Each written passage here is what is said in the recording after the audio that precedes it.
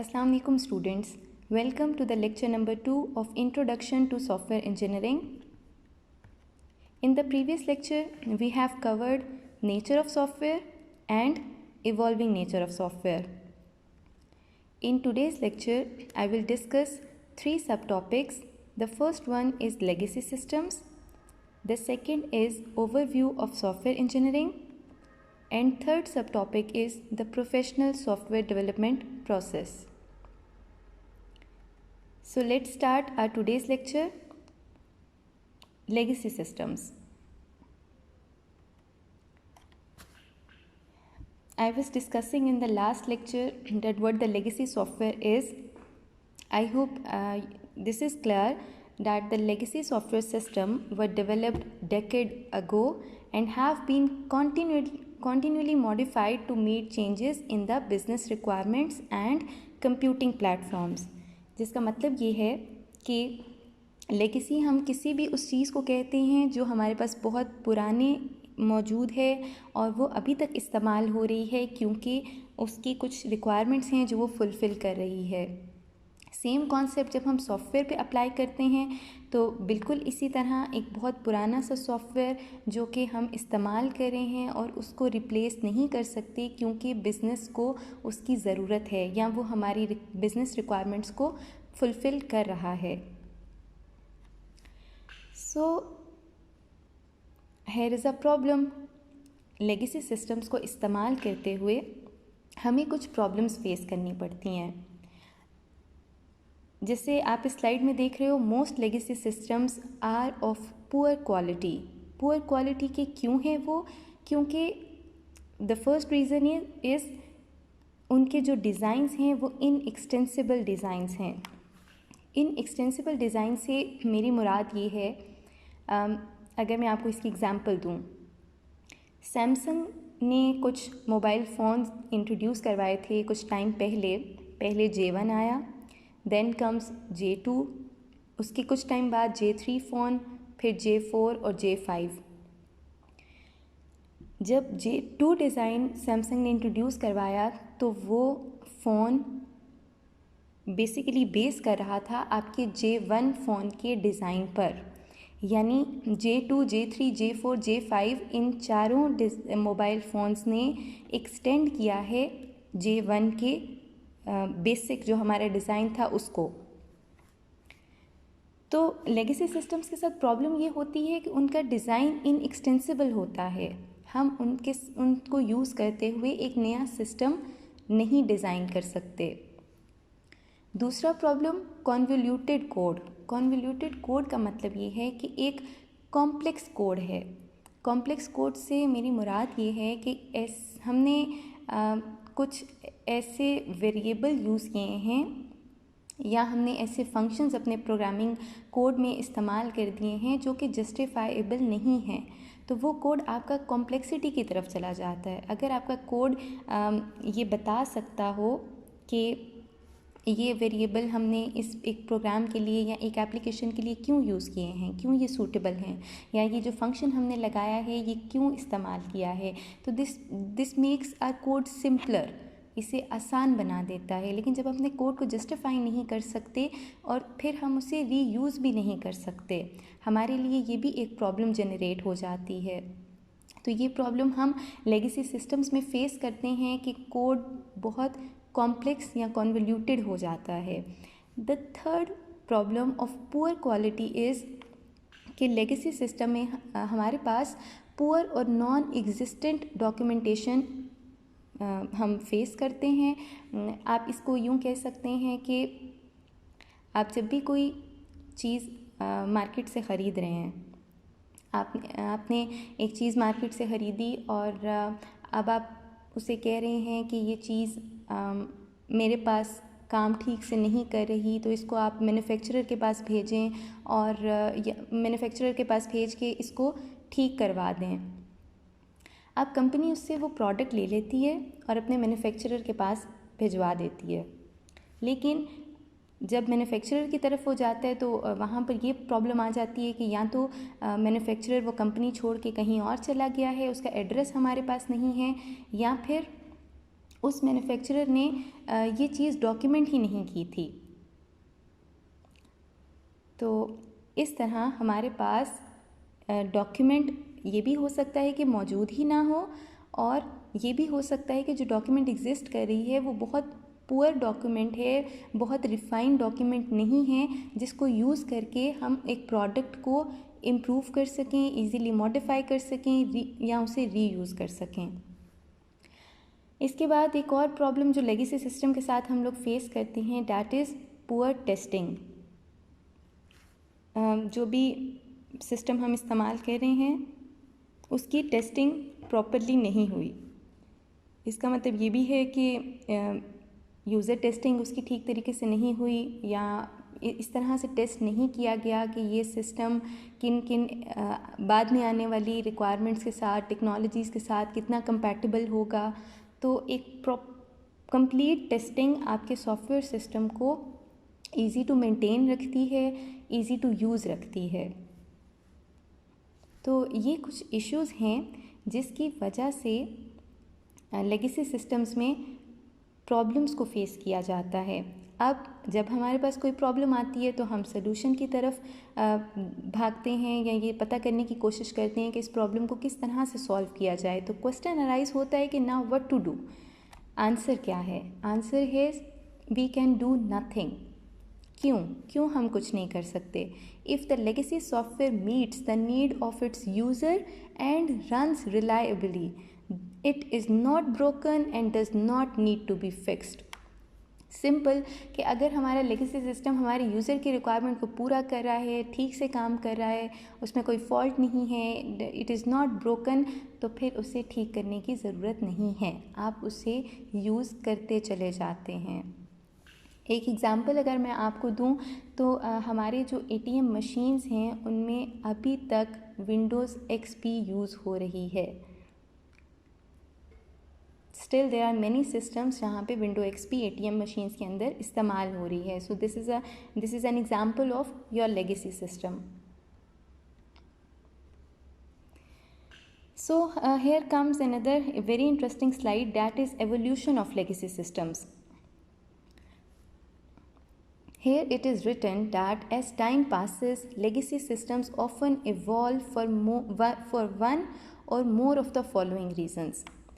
होता ये है कि हम लेगेसी सिस्टम को इम्प्रूव करने की कोशिश करते रहते हैं, या लेगेसी सिस्टम इवॉल्व हो जाता है टाइम के साथ। क्यों होता है इवॉल्व? उसकी रीज़न आपको नीचे लिखी हुई नज़र आ रही हैं। वन बाय वन हम इनको डिस्कस करते हैं। पहली रीज़न है the software must be adapted to meet the needs of new computing environments और टेक्नोलॉजी। आप देख रहे हैं आज सबसे ज़्यादा commonly use programming language, it is one of the most commonly use programming language, that is Python.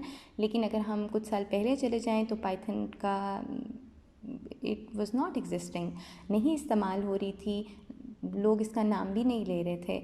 लेकिन आज पाइथन यूज़ हो रही है। उसी तरह बहुत सी टेक्नोलॉजीज़ हैं जो कि आज इस्तेमाल हो रही हैं, बहुत से ओपन सोर्स ऑपरेटिंग सिस्टम है जो आज इस्तेमाल हो रहे हैं।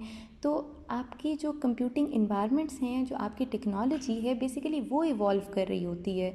तो उसके साथ अपने सिस्टम को कंपैटिबल रखने के लिए हमें अपने लेगेसी सिस्टम को भी अडेप्ट करना पड़ता है। उन नीड्स के मुताबिक हमें उसे थोड़ा सा इम्प्रूव करना पड़ेगा।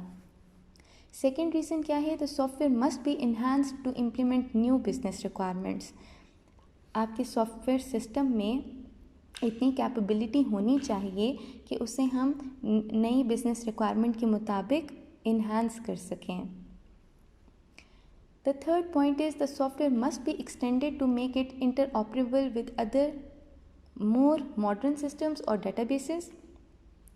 इसका मतलब आप इस तरह से ले सकते हैं कि इंटरऑपरेबिलिटी की जब हम बात करते हैं तो इसका मतलब ये है कि हम अपने सिस्टम को इतना कैपेबल बना रहे हैं कि वो डाटा एक्सचेंज कर सके, वो दूसरी डेटाबेसेस के साथ, दूसरे सिस्टम्स के साथ पैरेलल काम कर सके, सिंक्रोनाइज हो जाए। तो हमें अपने सिस्टम को जो एग्जिस्टिंग कोड है उसी को इंटरनली चेंज करना पड़ता है, उसको एक्सटेंड करना पड़ता है ताकि सिस्टम इंटरऑपरेबल हो जाए। The fourth point is the software must be re-architectured to make it viable within a network environment. री-आर्किटेक्चर का मतलब ये है कि जब हम सॉफ्टवेयर पहली दफ़ा बनाते हैं तो वो उसकी एक आर्किटेक्ट है जो कि आगे डिज़ाइन की बेस बनता है और फिर आपका सॉफ्टवेयर इम्प्लीमेंट होता है और एग्जिस्ट करता है। तो सॉफ्टवेयर सिस्टम में हम उसको री-आर्किटेक्ट करते हैं ताकि जो भी नेटवर्क इन्वायरमेंट है उसके मुताबिक वो सिस्टम कंपैटिबल हो जाए। अब नेटवर्क इन्वायरमेंट में क्या आता है, जैसे हम लोग वायर्ड से वायरलेस की तरफ शिफ्ट हो गए हैं, तो वायरलेस टेक्नोलॉजी को मीट करने के लिए लेगेसी सिस्टम को हम अपडेट कर रहे हैं। तो ये कुछ रीज़न्स हैं जिसकी वजह से लेगेसी सिस्टम्स इवॉल्व होते हैं। आप इस तरह से इसको याद रख सकते हैं, adaptation to new computing environments और technology, enhancement to implement new business requirements, extension to make it interoperable and re-architecture। ये 4 पॉइंट्स आपको याद होने चाहिए, आपको पता होने चाहिए। So here we are done with the legacy systems. Now moving towards the overview of software engineering।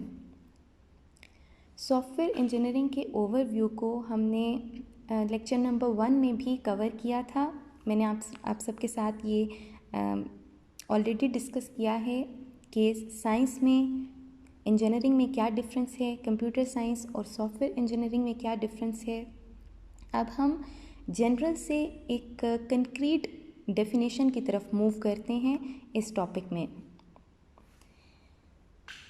सबसे पहले यहाँ पे एक बहुत इंटरेस्टिंग इंफॉर्मेशन है। 1968 में फ़र्स्ट टाइम सॉफ्टवेयर इंजीनियरिंग की जो टर्म है वो इंट्रोड्यूस हुई थी इन जर्मनी। और ये किस जगह पर इंट्रोड्यूस हुई थी? बेसिकली सॉफ्टवेयर क्राइसिस के नाम से एक कॉन्फ्रेंस चल रही थी। उस कॉन्फ्रेंस में ये इंफॉर्मेशन, इस कॉन्फ्रेंस में सॉफ्टवेयर इंजीनियरिंग की जो वर्ड है वो कॉइन किया गया था, वो इंट्रोड्यूस करवाया गया था। सो in 1968 the notion of software engineering was first proposed at a conference held to discuss what was called the software crisis in Germany। अब आप सब लोग ये सोच रहे होंगे कि सॉफ्टवेयर क्राइसिस क्या है। तो हम लोग सॉफ्टवेयर क्राइसिस के बारे में भी डिस्कस करते हैं, इसको स्टडी करते हैं। Software crisis is a term used in the early days of computing science for the difficulty of writing useful and efficient computer programs in the required time. अगर मैं सादे लफ्ज़ों में आपको बताऊं तो सॉफ्टवेयर डेवलपमेंट के टाइम पर हमें जो प्रॉब्लम्स फेस करनी पड़ती हैं उन प्रॉब्लम्स को सॉफ्टवेयर क्राइसिस का नाम दिया जाता है। I hope you all are understanding my point कि इसमें क्या प्रॉब्लम्स हो सकती हैं। इसमें ये प्रॉब्लम होती है कि आपने बेसिकली आपने जो प्रोग्राम आप यूज़ कर रहे हैं वो बहुत कॉम्प्लेक्स है, आप एक सिस्टम की कॉम्प्लेक्सिटी को बढ़ा रहे हैं, तो बहुत से प्रॉब्लम्स आपके सॉफ्टवेयर क्राइसिस के तौर पे जाने जाते हैं सॉफ्टवेयर की डेवलपमेंट के टाइम पे। अब इसकी वजह क्या है, सॉफ्टवेयर क्राइसिस की क्या कॉजेज़ हैं वो हम इस स्लाइड में डिस्कस करेंगे। फर्स्ट है प्रोजेक्ट रनिंग ओवर बजट। जब हमने एक सॉफ्टवेयर डेवलप कर लिया लेकिन हमने उसे उसके बजट से ज़्यादा चार्ज किया है कस्टमर को, तो ये सॉफ्टवेयर डेवलपमेंट के अंदर आने वाली एक प्रॉब्लम है और इसे हम सॉफ्टवेयर क्राइसिस कहेंगे। The second cause is project running over time. बिल्कुल इसी तरह अगर हम कस्टमर को एक प्रोडक्ट या एक एप्लीकेशन दे रहे हैं टाइम से बाहर करके, तो ये सॉफ्टवेयर डेवलपमेंट का एक क्राइसिस है। The third is software was very inefficient, कि कस्टमर ने जो एफिशिएंसी मांगी थी सॉफ्टवेयर में वो आपका सॉफ्टवेयर फुलफ़िल नहीं कर पा रहा। अगर वो इनएफिशिएंट है तो ये भी एक सॉफ्टवेयर क्राइसिस है। अगर उसकी क्वालिटी ठीक नहीं है, that is also part of और a cause of software crisis. Then comes another cause, that is it did not meet the requirements. अगर वो कस्टमर की रिक्वायरमेंट को पूरा नहीं कर रहा तो आपने अपने कस्टमर को जो भी चीज़ बना के दी है वो एक सॉफ्टवेयर क्राइसिस बन जाएगा। Projects were unmanageable and code difficult to maintain. Code अगर आप कॉन्वोल्यूटेड कर देते हैं, कॉम्प्लेक्स बना देते हैं, ठीक से मैनेज नहीं करते, यानी एक कोड जो कि 10 लाइनों में लिखा जा सकता था, आपने उसे अगर 100 लाइनों में लिख दिया है, काम सेम ही बेशक कर रहा हो, लेकिन ये आपका सॉफ्टवेयर क्राइसिस है। And the last one is software was never delivered. Commitment कर ली कस्टमर के साथ कि हम आपको एक सॉफ्टवेयर बना के देंगे, अब जितने टाइम में और जितने बजट में, जिस एफिशिएंसी के साथ, जिस क्वालिटी के साथ, जिन रिक्वायरमेंट्स के साथ वो बनाना था, ड्यू टू सम इशू आपकी जो डेवलपमेंट टीम है उसने वो बना कर ही नहीं दिया, डिलीवर ही नहीं कर पाए वो। या ये भी हो सकता है कि उन्होंने कुछ पीसेस ऑफ सॉफ्टवेयर बनाए हों या पीसेस ऑफ एप्लीकेशंस बनाए हों, कस्टमर को भेजे हों और कस्टमर ने उन्हें अप्रूव ना किया हो, तो डेवलपमेंट टीम के पास या तो रिसोर्सेज नहीं हैं जिसकी वजह से उन्होंने आपके सॉफ्टवेयर को कंप्लीट करके कभी कस्टमर को हैंड ओवर किया ही नहीं। तो ये एक सबसे बड़ा सॉफ्टवेयर क्राइसिस है। और इसी तरह के कुछ टोटल 7 सॉफ्टवेयर क्राइसिस हैं, कॉजेज़ हैं जो हमने डिस्कस किए हैं, जो कि लीड करते हैं टुवर्ड सॉफ्टवेयर क्राइसिस। तो इन सॉफ्टवेयर क्राइसिस से बेसिकली बचने के लिए हमने सॉफ्टवेयर इंजीनियरिंग की टर्म इंट्रोड्यूस करवाई। अब सॉफ्टवेयर इंजीनियरिंग IEEE के मुताबिक क्या है, ये जो डेफिनेशन आपको नज़र आ रही है स्लाइड पे, वो IEEE की डेफिनेशन है। IEEE ने सॉफ्टवेयर इंजीनियरिंग को इस तरह से डिफ़ाइन किया है: the application of a systematic, disciplined, quantifiable approach to the development, operation and maintenance of software. यानी आप एक सॉफ्टवेयर सिस्टम को या जो एक एप्लीकेशन आप डेवलप कर रहे हैं वो आप सिस्टमैटिक मैनर में कर रहे हैं, that is in the proper order, disciplined, यानी उसका कुछ कॉस्ट है, उसकी कुछ टाइम है, उसका एक प्रॉपर डिसिप्लिन है जो कि आप फॉलो कर रहे हैं। And then comes the quantifiable approach, जिस पे आप आंसरेबल हो।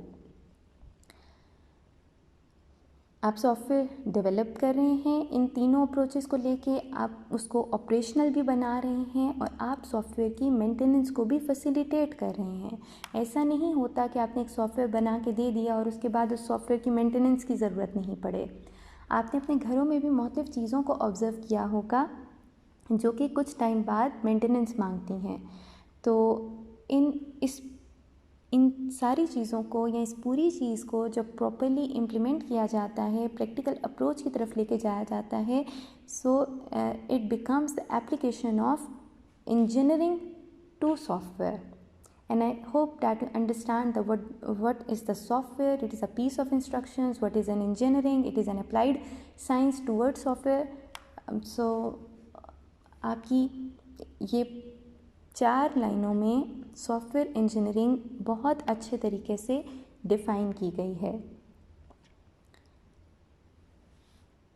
Being a software engineering student, अगर आपसे कोई कभी भी पूछे कि सॉफ्टवेयर क्या है, इंजीनियरिंग क्या है या सॉफ्टवेयर इंजीनियरिंग क्या है, तो आई होप आप उसको कॉन्फिडेंटली आंसर कर सकते होंगे।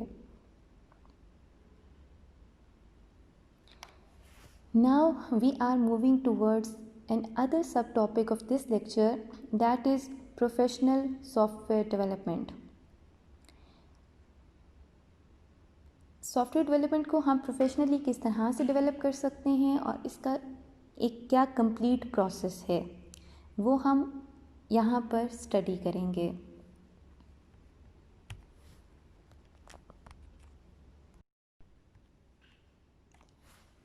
First of all, it is important to understand the system life cycle. What's written in the slide is the methodology that defines phases through which a system passes from its conception to the termination of its user. System life cycle या फिर software life cycle एक complete set of phases है जिसमें system अपने start से, conception से termination तक जाता है, यानी एंड तक जाता है। तो ये लाइफ साइकिल है क्या, इसे भी हम आगे स्टडी करेंगे। उससे पहले हम डेवलपमेंट टीम के मेंबर्स को एक दफ़ा यहाँ पर स्टडी करेंगे। आप देख रहे हो ग्राफिकली एक पिक्चर आपको नज़र आ रही है आपकी स्क्रीन पे, जिसमें स्टेक होल्डर एनालिस्ट से कम्युनिकेट करेगा। स्टेक होल्डर्स कौन हैं? स्टेक होल्डर्स आपके कस्टमर्स आ जाते हैं, आपके प्रोजेक्ट के फाइनेंसर्स आ जाते हैं, और इसके अलावा आपकी जो प्रोजेक्ट टीम के कुछ मेंबर्स हैं, प्रोजेक्ट मैनेजर आपका स्टेक होल्डर हो सकता है। स्टेक होल्डर्स हमेशा एनालिस्ट के साथ कम्युनिकेट करते हैं। ये जो बल्ब आपको नज़र आ रहा है ना, this represents the idea. Analyst document का साइन यहाँ पे नज़र आ रहा है। एनालिस्ट एक डॉक्यूमेंट पास करता है डिज़ाइनर को, डिज़ाइनर के पास भी एक डॉक्यूमेंट है, उसने वो पास कर दी प्रोग्रामर को, प्रोग्रामर ने कुछ बिल्ड किया और एक मॉडल बनाकर दे दिया टेस्टर को। अब ये सब लोग तो ऐसे हैं कि जो एक दूसरे से कम्युनिकेट कर रहे हैं, अपनी इन्फॉर्मेशन एक शख्स दूसरे शख्स को पास कर रहा है। लेकिन इन सब के ऊपर एक प्रोजेक्ट मैनेजर है जो कि हर मेंबर से कम्युनिकेट कर रहा है। ये एक गैंट चार्ट है जो कि प्रोजेक्ट मैनेजर डेवलप करता है, जिसमें वो एक्टिविटीज़ असाइन कर सकता है। उसमें वो टाइम बताएगा कि एक कस्टमर ने कहाँ, एनालिस्ट ने इतने टाइम से इतने टाइम तक काम किया, माइलस्टोन अपना अचीव किया।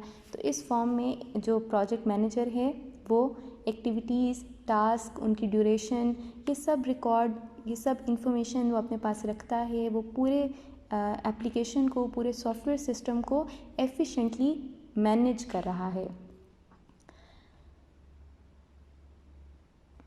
सो आई होप कि आप सबको आइडिया हो गया होगा कि ये किस तरह की हायरार्की है। बट स्टिल एक दफ़ा मैं इसको और डिस्कस करूँगी। रिक्वायरमेंट एनालिस्ट वो है जो कि it works who works with the customers to identify and document the requirements. Then comes the designer. Designer generates a system level description of what the system is supposed to do. वो system level descriptions या फिर उसके solutions बताता है जिसकी base पे system को काम करना चाहिए। Programmer write lines of code to implement the design. अब इसके पास डिज़ाइन आ गया, इसने लाइन्स ऑफ कोड लिखे जो कि इस डिज़ाइन को इम्प्लीमेंट कर रहे थे। Then comes the tester. Tester का काम है कि इसने जो भी बग्स हैं, एरर्स हैं, फॉल्ट्स हैं, वो सब इसने आइडेंटिफाई करने हैं। So the tester catches the fault in the system. The project manager deals and manage the whole team and the software product. So here is the system or software life cycle. It is starting from the feasibility study. From the feasibility study it moves toward the analysis. After analysis, design phase comes, and after the design phase implementation is performed, then testing, installation, documentation, evaluation and maintenance. हम इन तमाम steps को, इन तमाम phases को one by one next slides में study करेंगे। यहाँ पे कुछ समरीज दिखी हैं इन सब पॉइंट्स की, ये आप लोग सेल्फ स्टडी कर सकते हैं। द फर्स्ट पॉइंट और the first phase is the feasibility study. Feasibility study का मतलब ये है कि आप का एक कस्टमर था या एंड यूज़र था जिसने आपको प्रॉब्लम बताई, प्रॉब्लम रिकग्नाइज हो गई, प्रॉब्लम आइडेंटिफाई हो गई। अब यहाँ पर फिजिबिलिटी स्टडी की ज़रूरत आती है। प्रॉब्लम सुनने के बिल्कुल बाद फिजिबिलिटी स्टडी परफॉर्म की जाती है। फिजिबिलिटी स्टडी परफॉर्म क्यों की जाती है, पर्पस क्या है इसका? To fully understand the problem and to work out if the problem is worth fixing. हम इसमें ये कंक्लूड करते हैं कि क्या ये प्रॉब्लम वर्थ फिक्सिंग है या नहीं। यस और नो में एक आंसर आ जाता है हमारे पास।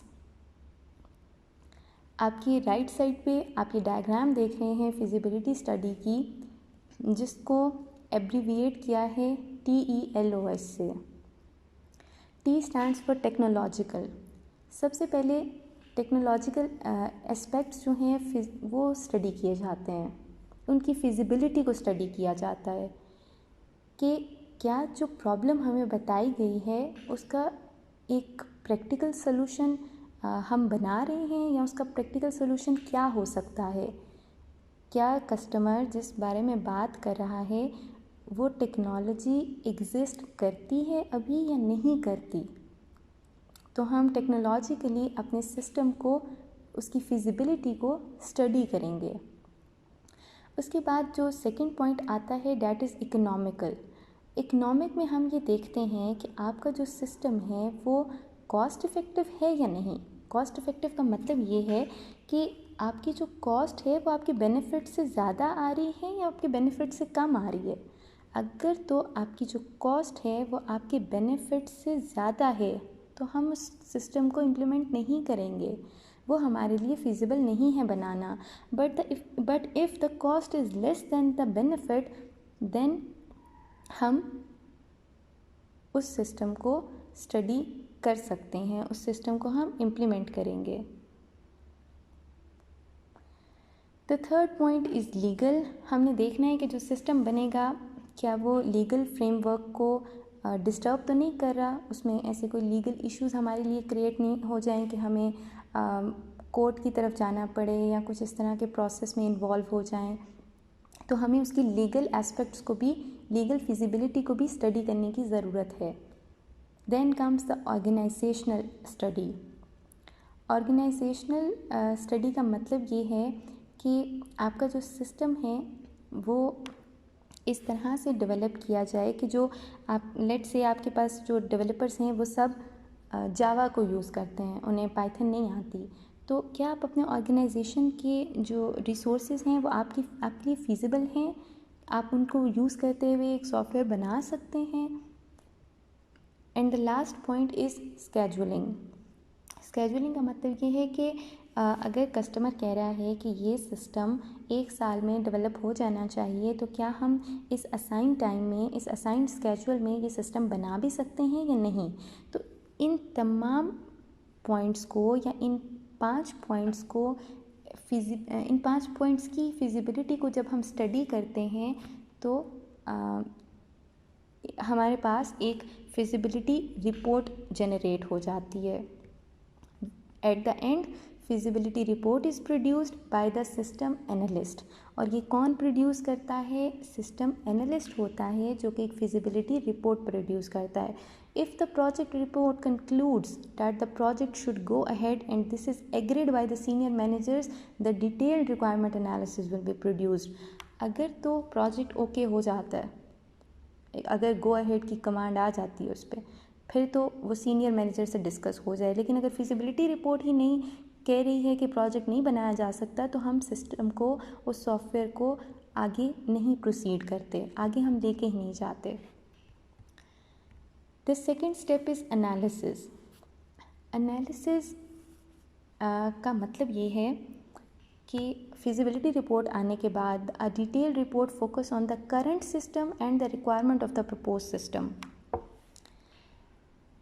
अक्सर औकात ऐसा होता है कि जब हमारे पास कोई प्रॉब्लम आती है तो उससे रिलेटेड जितनी भी सिस्टम्स होंगे, ओल्ड सिस्टम्स होंगे, उनको हम स्टडी करते हैं, उनको हम अंडरस्टैंड करते हैं, उनकी लिमिटेशंस को देखते हैं, उनके ड्रॉबैक्स को देखते हैं। उसके बाद हम एक नया सिस्टम जो है identify how the old system can be improved. तो हम स्क्रैच से एक नई चीज़ नहीं बना देते, हम ओल्ड सिस्टम्स को इम्प्रूव करने की कोशिश करते हैं, उनको स्टडी करते हुए उनको मज़ीद बेहतर करने की कोशिश करते हैं। And then we develop the specification for the new system. और इस चीज़ को सामने रखते हुए हम एक डिटेल्ड रिपोर्ट बनाते हैं, एक उसकी रिक्वायरमेंट जनरेट करते हैं या उसकी स्पेसिफिकेशंस जनरेट करते हैं। जिस तरह मैं आपसे एक SRS बनवाना चाह रही हूँ एक सिस्टम के लिए, तो इसका मतलब यही है कि हम सिस्टम की फिजिबिलिटी रिपोर्ट को भी स्टडी करेंगे, हम उसकी डिटेल्ड रिपोर्ट को भी स्टडी करेंगे, उसके लिए स्पेसिफिकेशंस आइडेंटिफाई करेंगे। System analyst job is to find about the current methods, user requirements and to assess the feasibility report of the project. तो आपके सिस्टम एनालिस्ट का ही ये काम है कि वो एक फिजिबिलिटी रिपोर्ट भी जनरेट करे और वो उसके बाद एक स्पेसिफिकेशन भी डेवलप करे नए सिस्टम के लिए। अब सिस्टम एनालिस्ट जब नई स्पेसिफिकेशन बना रहा होगा तो वो किस तरह से बनाएगा? वो 4 तरीके से ये काम कर सकता है। पहला मेथड ये है कि वो कस्टमर के पास जाएगा, उससे वो इंटरव्यूज़ लेगा, हाई लेवल ऑफ डिटेल जो है वो शेयर होगी आपके एनालिस्ट के दरमियान और एंड यूज़र या कस्टमर के दरमियान। बहुत सारे क्वेश्चंस एक्सचेंज होंगे, उसमें एक डिटेल्ड इंटरव्यू लिया जा सकता है। दूसरी बात ये है कि आप एक सिस्टम एनालिस्ट जो है वो एक क्वेश्चनर बनाए और वो क्वेश्चनर बना के बहुत से लोगों में डिस्ट्रीब्यूट कर दे, या जो उसी तरह के लोग जो कि यूज़र की तरह की रिक्वायरमेंट्स मांग रहे हैं उनके दरमियान वो क्वेश्चनर डिस्ट्रीब्यूट कर दे। उसके पास डिफरेंट आउटकम्स आएंगी, वो उनको स्टडी करेगा। अगर वो किसी से मिलना चाहे तो उससे मिल के इन पॉइंट्स को मज़ीद एक्सप्लोर भी कर सकता है जो उसे क्वेश्चनर में रिसीव हुए हैं। उसके बाद तीसरी बात यह है कि वो अपने कस्टमर से या एंड यूज़र से डॉक्यूमेंट भी जनरेट करवा सकता है। डॉक्यूमेंट जनरेट करवाना is I guess the fantastic way to find out what data goes in and out of the system. The last thing the system analyst can do is the observation. Observation allow the system analyst to make the own judgment on what steps should be taken. तो system analyst 4th step पे क्या करेगा? वो एक judgement create कर लेगा या observation अपनी स्ट्रॉन्ग करेगा, इर्द गिर्द ऑब्जर्व करेगा, देखेगा कि उसे किस तरह का सिस्टम बनाना चाहिए, उसके सिस्टम में किस तरह की रिक्वायरमेंट्स होनी चाहिए। The 3rd step is the design. After analysis is completed, the system designer can design a solution. इसकी मिसाल हम इस तरह से ले सकते हैं, जैसे आप एक कस्टमर हैं, आप एक घर बनवाना चाह रहे हैं। घर बनाने के लिए सिस्टम जो भी आर्किटेक्ट है वो आपके पास आता है, वो आपसे पूछता है कि बताएं आपकी क्या रिक्वायरमेंट्स हैं। आप उससे रिक्वायरमेंट बताते हैं कि मुझे इतने कमरे चाहिए, मुझे एक बड़ा किचन चाहिए, मुझे अटैच वॉशरूम चाहिए, या जो भी आपकी घर की रिक्वायरमेंट है, आपको डबल स्टोरी चाहिए घर, आप उससे सारी रिक्वायरमेंट्स बता देते हैं। अब वो इन रिक्वायरमेंट्स को डिज़ाइन की फॉर्म में लेके आएगा। डिज़ाइन की फॉर्म में किस तरह लेके आएगा? वो पेपर पे ड्रॉ कर लेगा।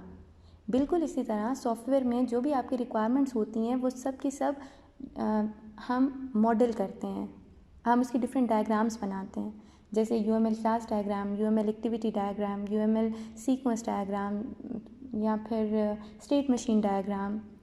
मुख्तलिफ डायग्राम्स के थ्रू हम अपने सिस्टम को डिज़ाइन करते हैं। आप ये देख रहे हो एक डेटा स्ट्रक्चर डिज़ाइन आपको नज़र आ रहा है राइट साइड पे, ये सिस्टम का डिज़ाइन है, सिस्टम के डिज़ाइन को रिप्रेजेंट कर रहा है। Then comes the implementation. When the design of the system has been established, it is the time to build it. Once the design is complete, now it is time to build your system. Now it is the time to implement your system. This part involves taking the solution design and turning it into an actual product. अब आप अपने design को पकड़ेंगे और उसको use करते हुए आप अपनी प्रोडक्ट बनाएंगे। बिल्कुल जिस तरह मैं आपको एग्जांपल दे रही हूँ ना कि एक पेपर पे आर्किटेक्ट ड्रॉ कर लेगा, इम्प्लीमेंटेशन के वक्त वो क्या करेगा? वो आपकी उस जगह पे जाएगा जहाँ आप घर बनवाना चाहते हैं और वहाँ पे दीवारें खड़ी करना शुरू कर देगा और उसी तरह से कमरे डिज़ाइन करेगा या आपकी किचन की रिक्वायरमेंट पूरी करेगा। आपको सिंगल स्टोरी चाहिए, डबल स्टोरी चाहिए, वो अब एक्चुअल प्रोडक्ट बनाएगा उस डिज़ाइन को देखते हुए। This part is the longest depending upon the size of the project. आपका प्रोजेक्ट का साइज़ जितना बड़ा होगा उसकी इम्प्लीमेंटेशन का टाइम उतना ही ज़्यादा लगेगा। The fifth step is the testing. Different tests need to take place to ensure that everything is working as it should. Software testing सिर्फ एक ही तरीके से नहीं होती। सॉफ्टवेयर टेस्टिंग के बहुत से प्रोसीजर्स होते हैं, बहुत सी टाइप्स होती हैं। ब्लैक बॉक्स टेस्टिंग है, वाइट बॉक्स टेस्टिंग है, यूज़र टेस्टिंग है। बहुत तरीक़ों से हम एक सॉफ्टवेयर को टेस्ट कर सकते हैं। यहाँ पे कुछ बहुत जनरल से पॉइंट्स लिखे हैं कि जब आपने एक सॉफ्टवेयर बना लिया तो आप इसको नॉर्मल डाटा के साथ चेक करते हैं। लेट्स से आपने एक कैलकुलेटर बनाया है तो कैलकुलेटर में नॉर्मल डाटा क्या होगा, डिजिट्स होंगे। आप 1 + 2 कर सकते हैं, 5 - 3 कर सकते हैं, 5 × 3 कर सकते हैं, आप 15 ÷ 5 कर सकते हैं। ये सब नॉर्मल डाटा के साथ उसकी टेस्टिंग आ जाएगी। Then the second point is checking the system using abnormal data. अगर आपने कैलकुलेटर में अल्फ़ाबेट्स लिखने स्टार्ट कर दिए हों, so this is a form of an abnormal data. The third testing type is checking the system using extreme data.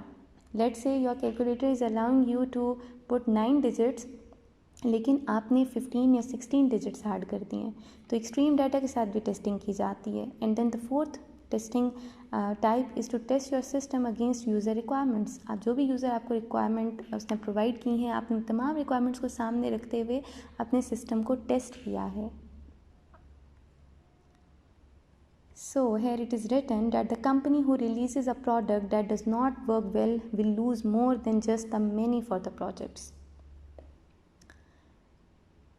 अगर तो ऐसी प्रोडक्ट हम टेस्टिंग अगर ठीक से नहीं करें, हम एक ऐसी प्रोडक्ट दे दें कस्टमर को जो कि ठीक तरीके से काम ही नहीं करे, तो आपकी कंपनी का ये लॉस है। Then after testing the installation installing the product in the real time environment to check and use. अब वो टाइम है जहाँ आप प्रोडक्ट को रियल टाइम इन्वायरमेंट के अंदर ले जाते हैं, उसे इंस्टॉल कर रहे हैं, उसे डिप्लॉय कर रहे हैं, ताकि आप देख सकें कि आपका सिस्टम कितना ठीक तरीके से काम कर रहा है। After installation the document phase has come. The solution has been installed. It is important to provide documentation to the client for technical support and user basic question answer. आपने अक्सर औकात ऑब्ज़र्व किया होगा कि जब भी कोई प्रोडक्ट परचेज़ करते हैं तो उसके साथ आपको एक डॉक्यूमेंट दिया जाता है। क्यों? क्योंकि उसमें आपकी टेक्निकल सपोर्ट से रिलेटेड और बेसिक क्वेश्चन आंसर से रिलेटेड इंफॉर्मेशन मौजूद होती है। And the last step is evaluation and maintenance. The product is evaluated and maintained timely whenever needed. अगर आपकी प्रोडक्ट को 2 साल बाद मेंटेनेंस रिक्वायर है तो आप 2 साल बाद उसकी मेंटेनेंस करें, या उसको एवेलुएट करना है 6 माह के बाद, तो ये आपकी रिस्पॉन्सिबिलिटी है सॉफ्टवेयर डेवलपमेंट टीम की कि वो इसको एवेलुएट करें, मेंटेन करें, ताकि आपका जो प्रोडक्ट है वो लॉन्ग लास्टिंग रहे। So in this lecture we have covered the legacy systems, overview of software engineering and the professional software development process or life cycle. I hope you understand this lecture, but in case of any query or any question we can discuss in the live interactive session. Thank you for listening class. Allah Hafiz.